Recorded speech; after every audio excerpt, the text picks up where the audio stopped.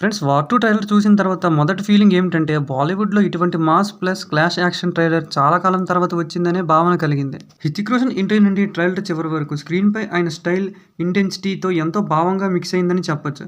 అయితే 'రా ఏజెంట్'గా ఆయన పాత్ర మరింత గంభీరంగా, ఇంటెన్స్‌గా కనిపించింది. ఇక జూనియర్ ఎన్టీఆర్ గారు ట్రైలర్‌లో కనిపించగానే అందరూ షాక్.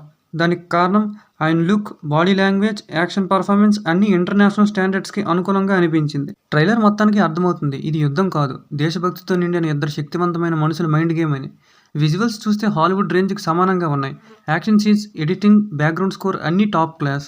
డైలాగ్స్ కన్నా విజువల్సే ఎక్కువగా మాట్లాడిస్తున్నాయి. మొత్తంగా 'టైగర్ వర్సెస్ ఫెరోస్' అనే గొప్ప ఫేస్ ఆఫ్‌ని ఎంతో స్టైలిష్‌గా రివీల్ చేశారు. 'యస్ రాజ్ స్పై యూనివర్స్'లో ఇది ఒక్క అడుగు కాదు, పెద్ద దూకుడు.